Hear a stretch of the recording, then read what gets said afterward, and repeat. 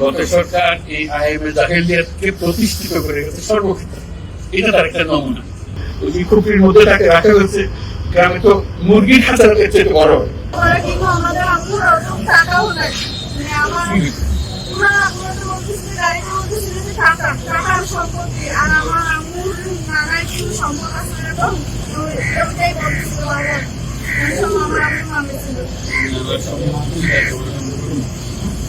আমাদের হচ্ছে যে আমরা যেখানে থাকি বসতিরা ওইটার থেকে বেশিরভাগ হয়েছে। ওইটা আমরা সুপার মার্কেটের একটা ক্ষেত চলতেছিল আমাদের, ওইটা নিয়ে ওই সত্যিটা মানে আমরা হচ্ছে ওদেরকে সন্দেহ করি, কারণ আমাদেরকে যেভাবে দরদর ছিল আমার পাশে দাঁড়ায়, কিন্তু ওরা মানে এমনিতে খুঁজতেছিল যে রেডি মেয়েরা আটক করছে, কিন্তু আমাদের পাশে শুধু দাঁড়ায় না, ওদের থেকে জানছে আমাদের পাশে।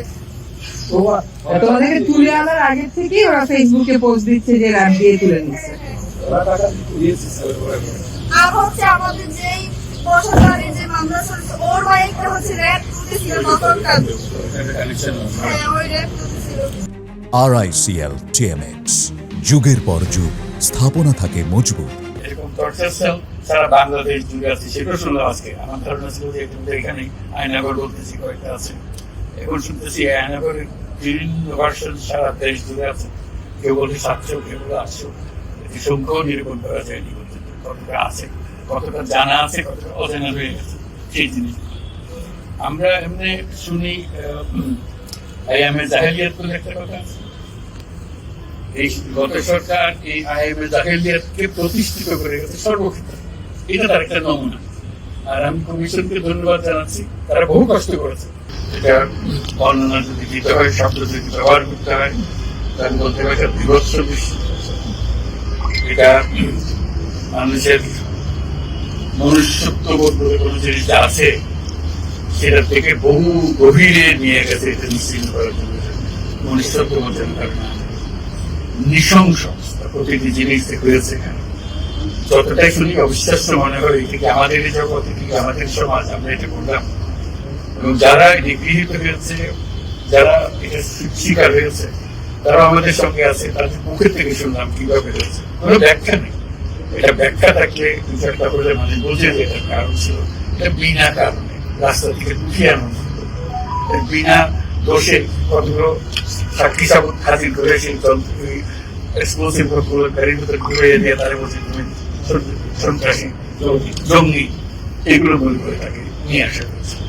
এবং এইরকম ইন্টারোগেশন সেল, এরকম টর্চার সেল সারা বাংলাদেশ জুড়ে আছে, সেটাও শুনলাম আজকে। আমার ধারণা ছিল যে এখানে আয়নাগর বলতেছি কয়েকটা আছে, এখন শুনতেছি আয়নাগরের বিভিন্ন ভার্সন সারা দেশ জুড়ে আছে। কেউ বলে 700, কেউ বলে 800। এটি সংখ্যাও নিরূপণ করা যায়নি কতটা আছে, কতটা জানা আছে, কতটা অজানা রয়ে গেছে সেই জিনিস। আমরা এমনি শুনি আইএমএ জাহেলিয়াত বলে একটা কথা আছে। এই গত সরকার এই আইএমএ জাহেলিয়াতকে প্রতিষ্ঠিত করে গেছে সর্বক্ষেত্রে। এটা তার একটা নমুনা। আর আমি কমিশনকে ধন্যবাদ জানাচ্ছি, তারা বহু কষ্ট করেছে। অন্যান্য কমিশন তো তারা করেছে, অন্তত তারা নিজেদের ঘরে বসে করতে পেরেছে। এদেরকে গুম কমিশনের যেটা তারা কোদাল এগুলো আবিষ্কার করার জন্য আসতে পেরেছে, তাদের বের করার জন্য কিসের মধ্যে ঢুকিয়েছিল, কারা কি করেছে, এখনো ধ্বংসাবশেষ আমরা দেখতেছি। তাই আমরা দেশের যে চূড়ান্ত অবনতি, চূড়ান্ত রূপ দেখলাম সর্বক্ষেত্রে, এটা তার একটা প্রতিচ্ছবি।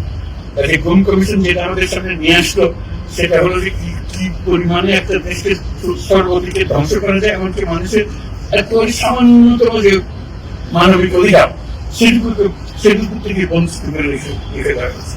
আজকে এটা জাতির জন্য একটা বড় চূড়ান্ত রকমের একটা ডকুমেন্ট হবে। আপনাদের সাক্ষী রেখে আপনাদেরকে নিয়ে এসে আমরা শরীর করলাম এটাতে।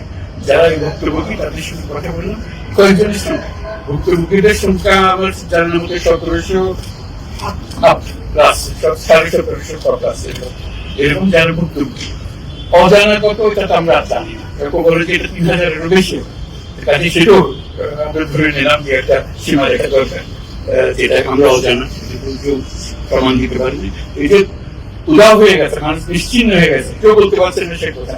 তার মেয়ে আপনাদের সামনেই ছিল আজকে, কি বলছে আমার মাকে কোথায় নিয়ে যাওয়া হয়েছে আজ 9 বছর ধরে। 9 বছর ধরে আমরা 8 বছর, সে নিজেও ছিল 11 বছর বয়সে ছিল, সে মায়ের সঙ্গে ছিল, তাকে রেখে মাকে নিয়ে চলে গেছে। এই হলো সামান্য একটা দৃশ্য, এই দৃশ্য বড় করুণ দৃশ্য। এবং এটা কঠিন যে লেসনটা হলো, যারা করেছে তারা আমাদেরই সন্তান, আমাদেরই ভাই, আমাদেরই ঘনিষ্ঠ আত্মীয়, তারাই করেছে। এবং আমরা এই সমাজকে যদি এটি বের করে না আনতে পারি, তাহলে এই সমাজ তো টিকে থাকবে না। যে এভাবে যদি আমাদের হয়, আমাদের সন্তানরাই যদি এগুলো হয়, এবং তারা যদি এইরকম কাজ করতে পারে, যে মানুষের পক্ষে যেটা সম্ভব। একজন বলছিল ওই খুপির মধ্যে তাকে রাখা হয়েছে, গ্রামে তো মুরগির খাঁচার চেয়ে বড় হয়, এরকম অবস্থা, মুরগিও নড়াচড়ার যেরকম জায়গা পায় না, ওরও নড়াচড়ার কোনো জায়গা নেই। ওকে অবস্থা রাখা হয়েছে, মাসের পর মাস, বছরের পর বছর তাকে অবস্থা রাখা হয়েছে। এটা মানুষের সামনে এখন বিচার হলো, কিভাবে আমরা আবার নতুন করে সব সমাজ করতে পারি, যাতে করে আমরা এই যে এটা আমাদের সবারই অপরাধ, যেটা হতে দিয়েছি আমরা। আজকে আমরা মুক্ত হলো, সে মুক্ত বাংলাদেশে আমরা যেন নতুন করে আবার সমাজ করতে পারি, এটা থেকে একেবারে অতি দূরে যেন আমরা চলে যেতে পারি। এটার নমুনা, এটার সাক্ষী, এটার যে ডকুমেন্টেশন কমিশনের রিপোর্টের মধ্যে থাকবে, এবং এটা অবশ্যই পাঠ্য হিসেবে সবাইকে করতে হবে, এবং তাদের যারা করেছে তাদের বিচার করতে হবে। তাহলে আমি নিষ্কৃতি পাবো না এটা থেকে, এই যে কাজগুলো করে গেল তারা।